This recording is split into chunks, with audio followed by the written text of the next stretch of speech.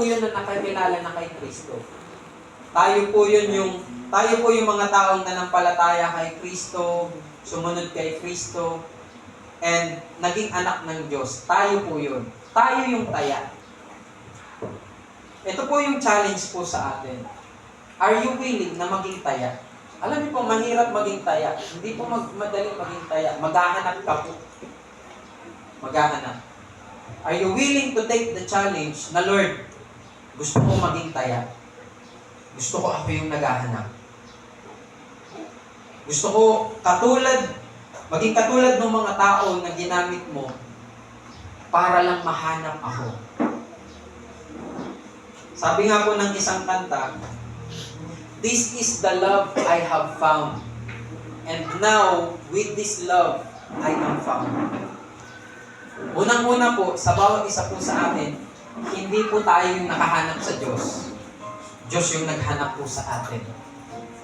And this is the time na, Lord, ngayon ako naman. Ako naman yung maghahanap sa mga taong naliligaw. Ako naman yung taong maglilid sa mga taong papunta sa iyo, makakilala sa iyo. Are you willing to take the challenge? Lord, ako yung taya. Sabihin mo sa Panginoon ngayon, Lord, I am willing to take the challenge. Lord, ako yung taya. At yung hahanapin ko, Lord, yung mga kaibigan ko, yung mga kamag-anak ko, kung sino pa man, Panginoon, na naliligaw at hindi alam kung saan papunta. Dito naman tayo sa other side. Are you that person na nawawala? I want to tell you, ulitin ko po yung sinabi ko kanina, si Kristo, handang bumaba dito sa lupa, namatay para po sa ating lahat. Mahanap lang tayo. Mahanap ka lang. Ganun kanya po kamahal. He sacrificed everything. And yung reward, mahanap ka lang. Ito yung tanong, hanggang kailan ka magtatago? Hanggang kailan ka lalayo? Ngayon narinig mo na mga salita, yung good news that there is Jesus Christ who died on the cross. Nasabi po doon, sino mang maniwala, sino mang manampalataya, sino mang lumapit sa Kanya at tanggapin siya bilang Kanyang Panginoon at tagapagligtas, magkakaroon ng karapatan na tawagin niyang anak at ibabalik sa Kanyang pamilya. Are you willing to accept Him as your Lord and personal Savior? Hanggang kailan ka tatakbo? Hanggang kailan ka magtatago? Kaya ngayon, sabihin mo, Lord, pagod na akong tumakbo. Pagod na ako, Lord. Pagod na ako magtago. Hindi ko alam kung saan ako papunta. Hindi ko alam kung may patutunguhan pa ba ako or wala na. Lord, hindi ko alam. Pero ito lang yung isang alam ko. Alam ko na ikaw yung may kakayahan para bigyan ng direksyon, ng purpose ang buhay ko. Amen, Lord. So, if you are that person, tanggapin mo po si Kristo sa buhay. Sabihin mo, Lord, tinatanggap ko po sa sarili ko na ako makasalanan. Tinatanggap ko po sa sarili ko na ako ligaw. Tinatanggap ko po sa sarili ko, Panginoon, na ako po ay malayo sa iyo. That's why, tanggapin mo po ako sa kung sino ako.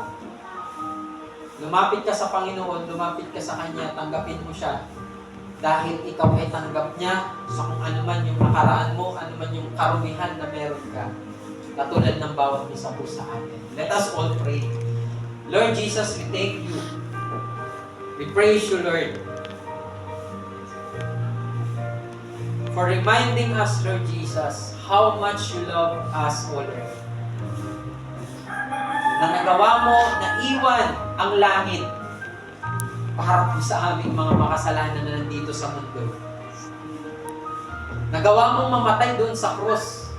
Ikaw yung nagbayad ng kasalanan na kami yung may kagagawan.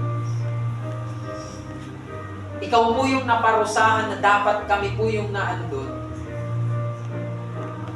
Kaya Lord, sa pagkakataong ito, lubos po ang pasasalamat po namin sa kung ano yung ginawa mo para po sa buhay ng bawat isa po sa amin. Sa pagkakataong ito, Panginoon, patuloy ka po namin tinatanggap sa buhay po namin.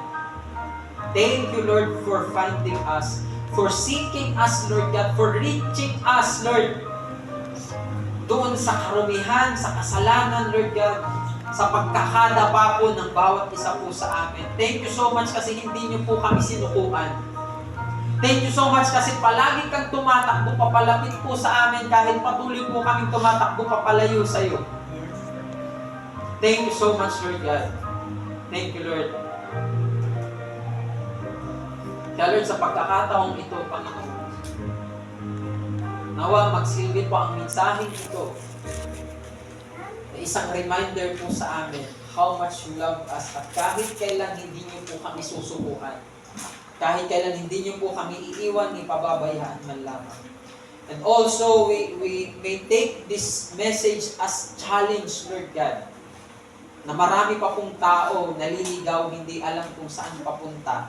Gamitin niyo po ang bawat isa po sa amin as a beggar, as a someone, Panginoon, na dating naliligaw rin.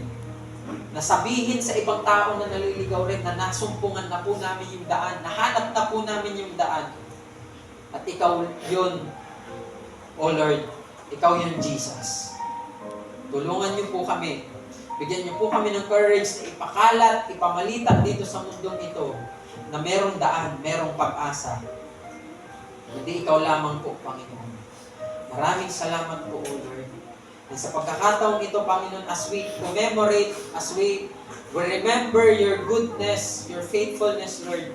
As we remember, Panginoon, kung paano ka po namatay doon sa cross. How you sacrificed for us, O Lord.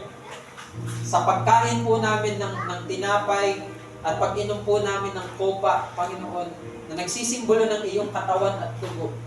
Patuloy po namin aalalahanin na kami ay mahal mo. Kami ay pinatawad mo na, Panginoon. At kami ay nasumpungan mo na at kami po ay tinuring mo na bilang inyo pong mga anak. Maraming salamat po, Lord.